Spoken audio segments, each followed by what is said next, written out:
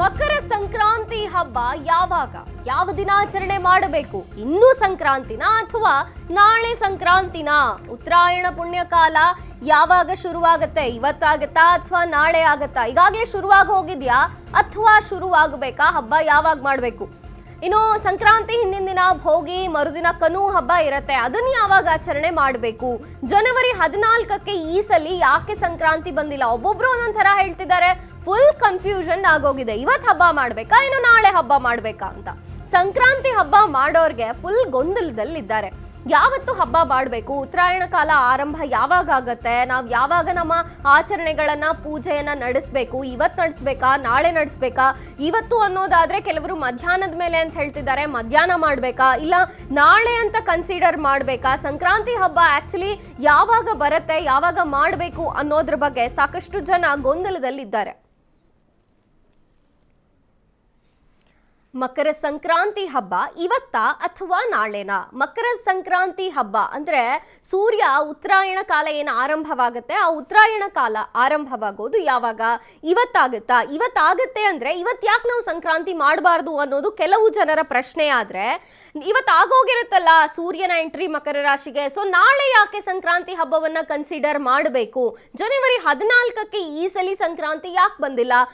ಜನವರಿ 14ಕ್ಕೆ ಇವತ್ತು ಮಧ್ಯಾಹ್ನದ ಮೇಲೆ ಸೂರ್ಯನ ಮಕರ ರಾಶಿ ಎಂಟ್ರಿ ಆಗತ್ತೆ ಅಂದ್ರೆ ಇವತ್ತೇ ಮಾಡ್ಬೋದಲ್ಲ ಅಂತ ಕೆಲವರು ಹೇಳ್ತಿದ್ರೆ, ಇನ್ನು ಕೆಲವರು ಇಲ್ಲ ಇದು ಸರಿಯಲ್ಲ, ಜನವರಿ 15ಕ್ಕೆ ಮಕರ ಸಂಕ್ರಾಂತಿ ಇದೆ ಅಂತ ಸಾಕಷ್ಟು ಜನರು ಕೂಡ ಅಭಿಪ್ರಾಯವನ್ನ ಪಡ್ತಿದ್ದಾರೆ. ಸಂಕ್ರಾಂತಿಯ ಆಚರಣೆಯ ದಿನಾಂಕದ ಬಗ್ಗೆ ಗೊಂದಲ ಬೇಡ ಅಂತ ಜ್ಯೋತಿಷಿಗಳು ಹೇಳ್ತಿದ್ದಾರೆ. ಜನವರಿ 14 ಅಲ್ಲ, ಜನವರಿ 15ರಂದು ಮಕರ ಸಂಕ್ರಮಣ. ಜನವರಿ 14ರಂದು ಮಕರ ರಾಶಿಯ ಕಡೆಗೆ ಸೂರ್ಯ ಹೋಗ್ತಾನೆ. ಇಂದು ಮಧ್ಯಾಹ್ನ 3:13 ಮಕರ ರಾಶಿಯ ಕಡೆಗೆ ಸೂರ್ಯ ಬರ್ತಾನೆ. ಜನವರಿ 15ರ ಸೂರ್ಯೋದಯದ ನಂತರ ಸಂಕ್ರಾಂತಿ ಆಚರಣೆ ಇರುತ್ತೆ.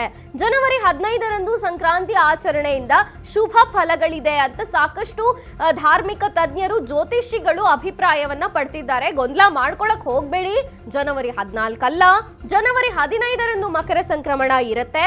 ಜನವರಿ 15ರಂದು ಮಕರ ಸಂಕ್ರಮಣವನ್ನ ಆಚರಣೆ ಮಾಡಿ ಅಂತ ಸಾಕಷ್ಟು ಜನ ಜ್ಯೋತಿಷಿಗಳು ಅಭಿಪ್ರಾಯವನ್ನ ಪಟ್ಟಿರುವಂಥದ್ದು.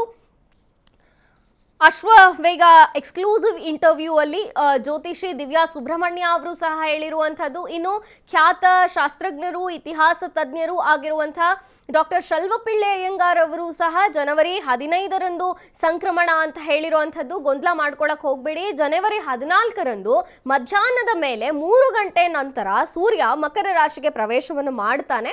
ಆದರೆ ಆಚರಣೆ ಇರೋದು ಜನವರಿ 15ಕ್ಕೆ, ಅಂದ್ರೆ ಯಾವ ತಿಥಿ ಇರುತ್ತೋ ಸೂರ್ಯೋದಯದಲ್ಲಿ ಆವತ್ತು ಅದನ್ನ ಕನ್ಸಿಡರ್ ಮಾಡಿ ಜನವರಿ 15ಕ್ಕೆ ಮಕರ ಸಂಕ್ರಮಣವನ್ನ ಆಚರಣೆ ಮಾಡಬೇಕು ಅಂತ ಹೇಳಿರುವಂಥದ್ದು.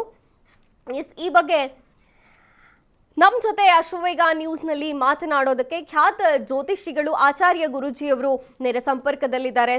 ಗುರುಗಳೇ ನಮಸ್ಕಾರ. ಈಗ ಜನ ಯಾವತ್ ಸಂಕ್ರಾಂತಿ ಮಾಡಬೇಕು ಅನ್ನುವಂಥ ಕನ್ಫ್ಯೂಷನ್ ಅಲ್ಲಿದ್ದಾರೆ. ಈ ಬಾರಿ ಜನವರಿ 14ಕ್ಕೆ ಯಾಕೆ ಈ ಸಂಕ್ರಾಂತಿ ಬಂದಿಲ್ಲ ಅನ್ನುವಂಥದ್ದು ಒಂದ್ ಕಡೆ ಆದ್ರೆ, ಮತ್ತೊಂದ್ ಕಡೆ 14ಕ್ಕೆ ಮಾಡ್ಬೇಕಾ 15ಕ್ಕೆ ಮಾಡ್ಬೇಕಾ ಅಂತ ನೀವು ಕ್ಲಾರಿಟಿ ಕೊಡೋದಾದ್ರೆ ಗುರುಗಳೇ. ನಮಸ್ತೆ. ಸಾಮಾನ್ಯವಾಗಿ ನಮ್ಮ ಹಿಂದೂ ಧರ್ಮದಲ್ಲಿ ಏನಾಗುತ್ತೆ, ಹಬ್ಬದ ಆಚರಣೆ ಅಂತ ಬಂದಾಗ ನಾವು ಏನ್ ಮಾಡ್ತೀವಿ, ಈಗ ಒಂದು ನವಗ್ರಹಗಳಲ್ಲಿ ತುಂಬಾ ರಾಜಗ್ರಹನಾಗಿರುವಂತಹ ಸೂರ್ಯನನ್ನ ನಾವು ಸೂರ್ಯನ ಪ್ರಕಾರವಾಗಿ ಕೆಲವೊಂದು ಹಬ್ಬದ ಹರಿದಿನಗಳನ್ನ ಮಾಡುವಂತದ್ದಿದೆ. ಹಾಗಾಗಿ ಏನಾಗಿದೆ ಅಂತಂದ್ರೆ, ಇಲ್ಲಿ ಸೂರ್ಯಗ್ರಹ, ಸೂರ್ಯ ಸಿದ್ಧಾಂತದ ಪ್ರಕಾರ ಸೂರ್ಯನು ಮಕರ ರಾಶಿಗೆ ಪ್ರವೇಶ ಮಾಡುವಂತದ್ದು ನಾವು ಮಕರ ಸಂಕ್ರಮಣ ಅಂತ ಹೇಳ್ತೀವಿ. ಈಗ ಮಕರ ಸಂಕ್ರಮಣ ಅಂತ ಯಾಕೆ ಹೇಳ್ತೀವಿ ಅಂತಂದ್ರೆ, ಮಕರ ರಾಶಿಗೆ, ಧನುರ್ ರಾಶಿಯಿಂದ ಮಕರ ರಾಶಿಗೆ ಸೂರ್ಯ ಸಂಚಾರ ಮಾಡ್ತಾ ಇದ್ದಾನೆ. ಹಾಗಾಗಿ ಆ ಸೂರ್ಯ ಸಂಚಾರದ ಕ್ಷಣದಿಂದ ನಮ್ಗೆ ಮಕರ ಸಂಕ್ರಾಂತಿಯ ಹಬ್ಬ ಪ್ರಾರಂಭ ಆಗುತ್ತೆ ಅಂತ.